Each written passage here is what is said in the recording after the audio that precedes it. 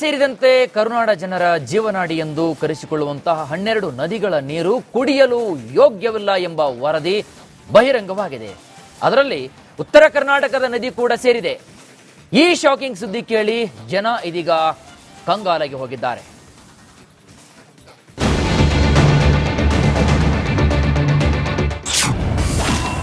ಕೃಷ್ಣಾ ನದಿ ನೀರು ಕುಡಿಯಲು ಯೋಗ್ಯವಲ್ಲ. ಜೀವನದಿ ಒಡಲು ಸೇರ್ತಿದೆ ಫ್ಯಾಕ್ಟರಿ ತ್ಯಾಜ್ಯ. ಕುಡಿಯುವ ನೀರಿನ ಪರೀಕ್ಷೆಯಲ್ಲಿ ಆಘಾತಕಾರಿ ಅಂಶವೊಂದು ಬಯಲಾಗಿದೆ. ಪರಿಸರ ಮಾಲಿನ್ಯ ನಿಯಂತ್ರಣ ಮಂಡಳಿ ನೀಡಿದಂತಹ ವರದಿ ಇಡೀ ರಾಜ್ಯವನ್ನೇ ಬೆಚ್ಚಿ ಬೀಳಿಸಿದೆ. ಜೀವನದಿ ಕಾವೇರಿ, ಉತ್ತರ ಕರ್ನಾಟಕದ ಕೃಷ್ಣಾ ನದಿ ಸೇರಿದಂತೆ 12 ನದಿಗಳ ನೀರು ಕುಡಿಯೋದಕ್ಕೆ ಯೋಗ್ಯವಲ್ಲ ಎಂಬ ಅಂಶ ಕೂಡ ಇದೀಗ ಭಯ ಹುಟ್ಟಿಸಿದೆ. ವರದಿಯಲ್ಲಿ ಸಿ ದರ್ಜೆಯಲ್ಲಿರುವಂತಹ ಕೃಷ್ಣಾ ನದಿ ಉತ್ತರ ಕರ್ನಾಟಕ ಜನರನ್ನ ಬೆಚ್ಚಿ ಬೀಳಿಸಿದೆ.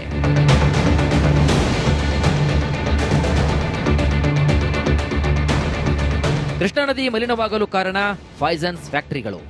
ಹೌದು, ಬಾಗಲಕೋಟೆ ಜಿಲ್ಲೆಯಲ್ಲಿ ಕೃಷ್ಣಾ ನದಿಗೆ ಸಕ್ಕರೆ ಕಾರ್ಖಾನೆಗಳ ಕಲ್ಮಶ ನೀರು ಚರಂಡಿ ಹಳ್ಳಕೊಳ್ಳದ ಮೂಲಕ ಸೇರ್ತಾ ಇದೆ. ಬೀಳಿಗೆಯ ಬಾಡಂಗಡಿ ಶುಗರ್ಸ್ ಕಂಪನಿಯಿಂದ ನದಿಗೆ ಕೊಳಕು ನೀರು ಸೇರ್ಪಡೆಯಾಗ್ತಾ ಇತ್ತು. ಕಳೆದ ಫೆಬ್ರವರಿಯಲ್ಲಿ ಕಾರ್ಖಾನೆಗೆ ನೋಟಿಸ್ ನೀಡಲಾಗಿತ್ತು. ಸದ್ಯ ಕಾರ್ಖಾನೆ ಬಂದಾಗಿದೆ. ಆದರೆ ಇದೇ ವಾರದಲ್ಲಿ ಕಾರ್ಖಾನೆ ಮತ್ತೆ ಆರಂಭವಾಗಲಿದೆ. ಮತ್ತೆ ಕಲ್ಮಶ ನೀರು ಬಿಡ್ತಾರೆ ಅಂತ ಜನ ಆರೋಪಿಸ್ತಾ ಇದ್ದಾರೆ. ಇದು ಹರಿದು ಬರ್ತಕ್ಕಂಥ ನೀರು ಆ ಒಂದು ಕಾರ್ಖಾನೆಯ ತ್ಯಾಜ್ಯ ನೀರ ಅಂತಾನೆ ಹೇಳ್ಬೋದು. ಆ ತ್ಯಾಜ್ಯ ನೀರಿನಿಂದಲೇ ಮುಂದೆ ನದಿಗೂ ಕೂಡ ಇದೇ ನೀರು ಸೇರಿ ಇಂಥ ಒಂದು ಕಾರಣನೂ ಇರ್ಬೋದು ಅನ್ನುವಂಥದ್ದು ಕೂಡ ಸಾಕಷ್ಟು ರೈತರು ಹೇಳ್ತಾ ಇದ್ದಾರೆ. ಈಗಾಗಲೇ ಕೃಷ್ಣಾ ನದಿ ಬಹಳಷ್ಟು ಬೃಹತ್ ಆದಂಥ ನದಿ, ಅತಿ ದೊಡ್ಡ ನದಿ ಅನ್ನೋದಕ್ಕೂ ಕೂಡ ಪಾತ್ರವಾಗಿದೆ. ಈ ನದಿಯಿಂದ ಸಾಕಷ್ಟು ರೈತರು ಕೂಡ ಒಂದು ಬೆಳೆಯನ್ನು ಬೆಳೀತಾರೆ. ಸಾಕಷ್ಟು ಜಾನುವಾರುಗಳು ಕೂಡ ಇದೇ ನೀರನ್ನು ಅವಲಂಬಿಸಿ ಬದುಕ್ತಾ ಇರ್ತಾರೆ. ಜೊತೆಗೆ ಬಹುಹಳ್ಳಿ ಕುಡಿ ನೀರಿಗೂ ಕೂಡ ಈ ಒಂದು ಯೋಜನೆಯನ್ನು ಬಳಸ್ಕೊಂಡೇ ಈ ಒಂದು ನೀರನ್ನು ಕೂಡ ಬಳಸಲಾಗ್ತಾ ಇದೆ. ಒಟ್ಟಾರೆಯಾಗಿ ಹೇಳಬೇಕಂತಂದರೆ ಬಹಳಷ್ಟು ಉದ್ದವಾಗಿ ಹರಿತಕ್ಕಂಥ ಈ ನದಿ ರಾಜ್ಯದ ಸಿಂಹಪಾಲಿನಷ್ಟು ಜನರು ಈ ನದಿಯ ನೀರನ್ನೇ ನಂಬಿಕೊಂಡು ಕುಡಿಯೋದ್ರೊಂದಿಗೆ ಜಾನುವಾರುಗಳಿಗೂ ಕೂಡ ಇದೇ ನೀರನ್ನು ಬಳಸ್ತಾರೆ. ಆದರೆ ಈಗ ರಾಜ್ಯ ಸರ್ಕಾರ ಏನು ಒಂದು ವರದಿಯನ್ನು ಹೊರಹಾಕಿದೆ, ಆ ನೀರು ಕುಡಿಯೋದಕ್ಕೆ ಯೋಗ್ಯ ಅಲ್ಲ ಅನ್ನುವಂಥದ್ದು ಕೂಡ ಬಹಳಷ್ಟು ಆಘಾತಕಾರಿಯಾದಂಥ ಸುದ್ದಿ ಅಂತಾನೆ ಹೇಳ್ಬೋದು. ಕಲುಷಿತ ನದಿ ನೀರು ಕುಡಿದ್ರೆ ದನ ಕರುಗಳು ಕುರಿ ಮೇಕೆಗಳು ಸಾಯುತ್ತವೆ ಅಂತ ಹೇಳ್ತಿದ್ದಾರೆ. ಅಲ್ಲದೆ ಜನ ಆಸ್ಪತ್ರೆ ಸೇರ್ಬೇಕಾಗುತ್ತೆ ಅಂತ ಅಳಲನ್ನ ತೋಡಿಕೊಳ್ತಿದ್ದಾರೆ. ಒಂದು ತಾಲೂಕಾ ಅಧಿಕಾರಿಗಳಿಗೆ ಕೊಟ್ಟಿವು, ಯಾರಿಗೂ ನಮ್ಗೆ ಸ್ಪಂದನೆ ಸಿಕ್ಕಿಲ್ಲ ಸರ್. ಏನಂತಾರೆ ಆಯ್ತು ಹೇಳಿ ಮಾಡಿಸ್ತೀವಿ ಅಂತ ಹೇಳ್ತಾರೆ. ಅದ್ ಹಂಗ ಮುಂದಕ್ಕೆ ಹಾಕೋತ ಹೋಗ್ತಿರ್ತಾರ. ಅದಕ್ಕೆ ಅದ್ ಮುಂದೆ ಹಾಕೋತ ಹೊಂಟಾರ. ನಿಮ್ ಟಿವಿಯಿಂದ ಏನ್ ನಮ್ಗೆ ಸ್ವಲ್ಪ ಹೆಲ್ಪ್ ಆಕೈತ ಅದಕ್ಕೆ ನಾವು ಟಿವಿ ಅವ್ರು ಮಾಡ್ಬೇಕ್ರಿ ಸರ್. ಕೃಷ್ಣಾ ನದಿ ನೀರಲ್ಲೂ ಕೂಡ ಆಘಾತಕಾರಿ ಅಂಶ ಕಂಡಿದ್ದು ಬಾಗಲಕೋಟೆ, ಬೆಳಗಾವಿ, ವಿಜಯಪುರ, ರಾಯಚೂರು, ಯಾದಗಿರಿ ಈ ಎಲ್ಲ ಜನರ ಜೀವನದಿ ಕೃಷ್ಣಾ ನದಿಗೂ ಕಂಟಕವಾಗಿದೆ. ಸ್ವಚ್ಛತೆಯಲ್ಲಿ ಕೃಷ್ಣಾ ನದಿ ಸಿ ದರ್ಜೆಗೆ ಸೇರಿದ್ದು ಫಿಲ್ಟರ್ ಮಾಡಿಯೇ ನೀರು ಕುಡಿಬೇಕು. ಇಲ್ಲದಿದ್ರೆ ಜೀವಕ್ಕೆ ಕಂಟಕ ಎದುರಾಗಲಿದೆ.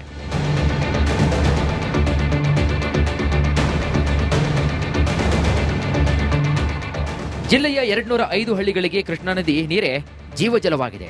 ಬೀಳಿಗೆ ತಾಲೂಕಿನ ತೆಗ್ಗಿ ಗ್ರಾಮದಲ್ಲಿ ಜಾಕ್ವೆಲ್ ಪಂಪ್ ಹೌಸ್ನಲ್ಲಿ ಕೃಷ್ಣಾ ನದಿ ನೀರನ್ನ ಫಿಲ್ಟರ್ ಮಾಡಿಯೇ ಬೀಳಿಗೆ ಪಟ್ಟಣ ಹಾಗೂ ಸುತ್ತ ಹಳ್ಳಿಗೆ ಸರಬರಾಜು ಮಾಡಲಾಗ್ತಾ ಇದೆ. ಆದರೂ ಜನರಲ್ಲಿ ಈ ಸುದ್ದಿ ಭಯ ಹುಟ್ಟಿಸಿರೋದಂತೂ ನಿಜ. ಸಿದ್ದು ದುತ್ತರಗಾವಿ, ರಿಪಬ್ಲಿಕ್ ಕನ್ನಡ, ಬಾಗಲಕೋಟೆ. ಸೇರಿದಂತೆ ಕರುನಾಡ ಜನರ ಜೀವನಾಡಿ ಎಂದು ಕರೆಸಿಕೊಳ್ಳುವಂತಹ 12 ನದಿಗಳ ನೀರು ಕುಡಿಯಲು ಯೋಗ್ಯವಿಲ್ಲ ಎಂಬ ವರದಿ ಬಹಿರಂಗವಾಗಿದೆ. ಅದರಲ್ಲಿ ಉತ್ತರ ಕರ್ನಾಟಕದ ನದಿ ಕೂಡ ಸೇರಿದೆ. ಈ ಶಾಕಿಂಗ್ ಸುದ್ದಿ ಕೇಳಿ ಜನ ಇದೀಗ ಕಂಗಾಲಾಗಿ ಹೋಗಿದ್ದಾರೆ.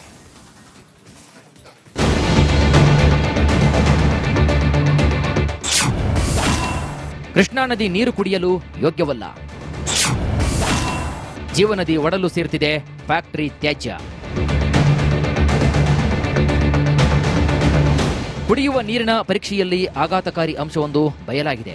ಪರಿಸರ ಮಾಲಿನ್ಯ ನಿಯಂತ್ರಣ ಮಂಡಳಿ ನೀಡಿದಂತಹ ವರದಿ ಇಡೀ ರಾಜ್ಯವನ್ನೇ ಬೆಚ್ಚಿ ಬೀಳಿಸಿದೆ. ಜೀವನದಿ ಕಾವೇರಿ, ಉತ್ತರ ಕರ್ನಾಟಕದ ಕೃಷ್ಣಾ ನದಿ ಸೇರಿದಂತೆ 12 ನದಿಗಳ ನೀರು ಕುಡಿಯೋದಕ್ಕೆ ಯೋಗ್ಯವಲ್ಲ ಎಂಬ ಅಂಶ ಕೂಡ ಇದೀಗ ಭಯ ಹುಟ್ಟಿಸಿದೆ. ವರದಿಯಲ್ಲಿ ಸಿ ದರ್ಜೆಯಲ್ಲಿರುವಂತಹ ಕೃಷ್ಣಾ ನದಿ ಉತ್ತರ ಕರ್ನಾಟಕ ಜನರನ್ನ ಬೆಚ್ಚಿ ಬೀಳಿಸಿದೆ.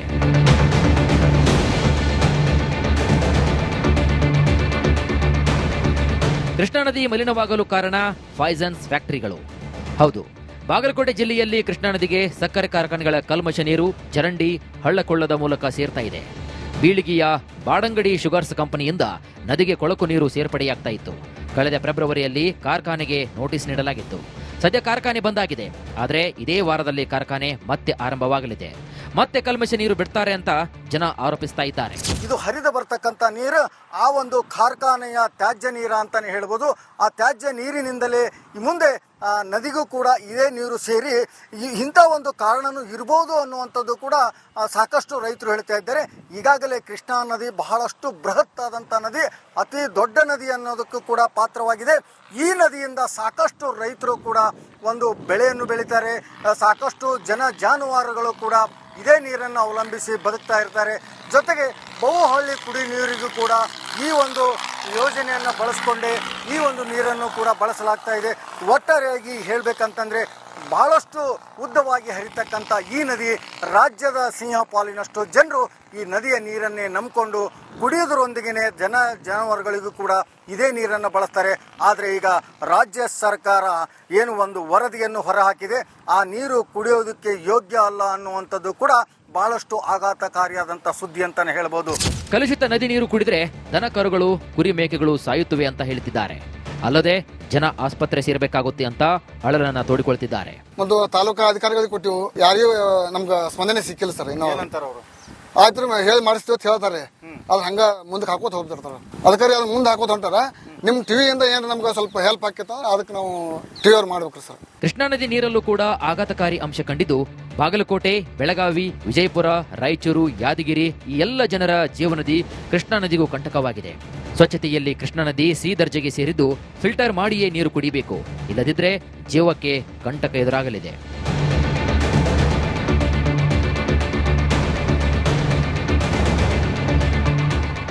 ಜಿಲ್ಲೆಯ 205 ಹಳ್ಳಿಗಳಿಗೆ ಕೃಷ್ಣಾ ನದಿ ನೀರೇ ಜೀವಜಲವಾಗಿದೆ. ಬೇಳಿಗೆ ತಾಲೂಕಿನ ತೆಗ್ಗಿ ಗ್ರಾಮದಲ್ಲಿ ಜಾಕ್ವೆಲ್ ಪಂಪ್ ಹೌಸ್ನಲ್ಲಿ ಕೃಷ್ಣಾ ನದಿ ನೀರನ್ನ ಫಿಲ್ಟರ್ ಮಾಡಿಯೇ ಬೇಳಿಗೆ ಪಟ್ಟಣ ಹಾಗೂ ಸುತ್ತ ಹಳ್ಳಿಗೆ ಸರಬರಾಜು ಮಾಡಲಾಗ್ತಾ ಇದೆ.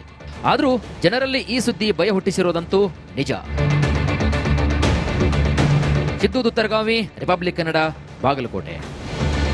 ಸೇರಿದಂತೆ ಕರುನಾಡ ಜನರ ಜೀವನಾಡಿ ಎಂದು ಕರೆಸಿಕೊಳ್ಳುವಂತಹ 12 ನದಿಗಳ ನೀರು ಕುಡಿಯಲು ಯೋಗ್ಯವಿಲ್ಲ ಎಂಬ ವರದಿ ಬಹಿರಂಗವಾಗಿದೆ.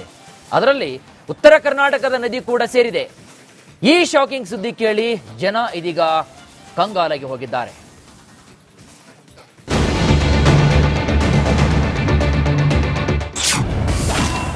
ಕೃಷ್ಣಾ ನದಿ ನೀರು ಕುಡಿಯಲು ಯೋಗ್ಯವಲ್ಲ.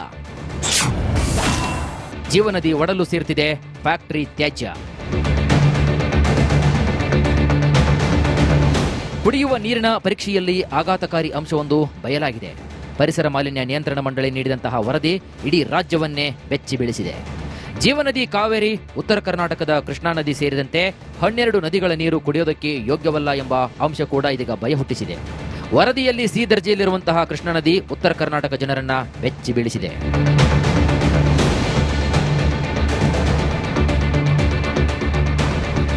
ಕೃಷ್ಣಾ ನದಿ ಮಲಿನವಾಗಲು ಕಾರಣ ಫೈಸನ್ಸ್ ಫ್ಯಾಕ್ಟರಿಗಳು. ಹೌದು, ಬಾಗಲಕೋಟೆ ಜಿಲ್ಲೆಯಲ್ಲಿ ಕೃಷ್ಣಾ ನದಿಗೆ ಸಕ್ಕರೆ ಕಾರ್ಖಾನೆಗಳ ಕಲ್ಮಶ ನೀರು ಚರಂಡಿ, ಹಳ್ಳಕೊಳ್ಳದ ಮೂಲಕ ಸೇರ್ತಾ ಇದೆ.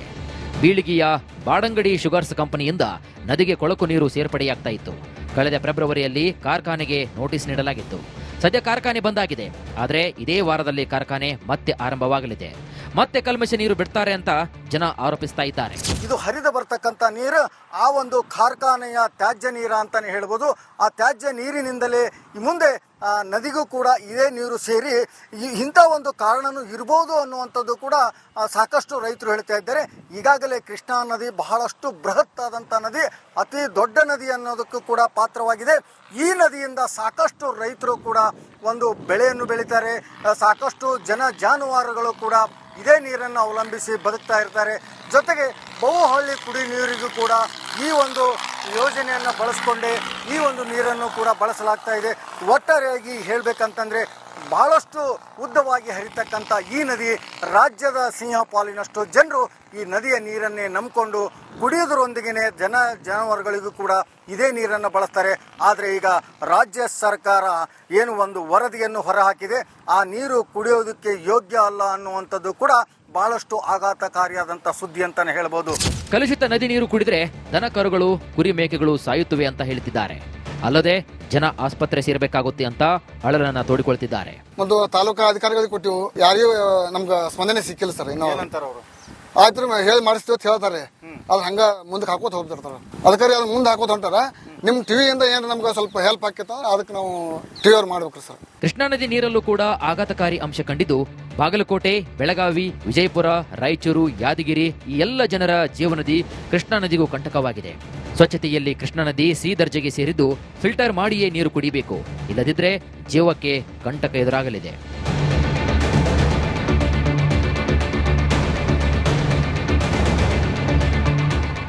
ಜಿಲ್ಲೆಯ 205 ಹಳ್ಳಿಗಳಿಗೆ ಕೃಷ್ಣಾ ನದಿ ನೀರೇ ಜೀವಜಲವಾಗಿದೆ. ಬೀಳಿಗಿ ತಾಲೂಕಿನ ತೆಗ್ಗಿ ಗ್ರಾಮದಲ್ಲಿ ಜಾಕ್ವೆಲ್ ಪಂಪ್ ಹೌಸ್ನಲ್ಲಿ ಕೃಷ್ಣಾ ನದಿ ನೀರನ್ನ ಫಿಲ್ಟರ್ ಮಾಡಿಯೇ ಬೀಳಿಗಿ ಪಟ್ಟಣ ಹಾಗೂ ಸುತ್ತ ಹಳ್ಳಿಗೆ ಸರಬರಾಜು ಮಾಡಲಾಗ್ತಾ ಇದೆ. ಆದರೂ ಜನರಲ್ಲಿ ಈ ಸುದ್ದಿ ಭಯ ಹುಟ್ಟಿಸಿರೋದಂತೂ ನಿಜ. ಸಿದ್ದು ದುತ್ತರಗಾವಿ, ರಿಪಬ್ಲಿಕ್ ಕನ್ನಡ, ಬಾಗಲಕೋಟೆ.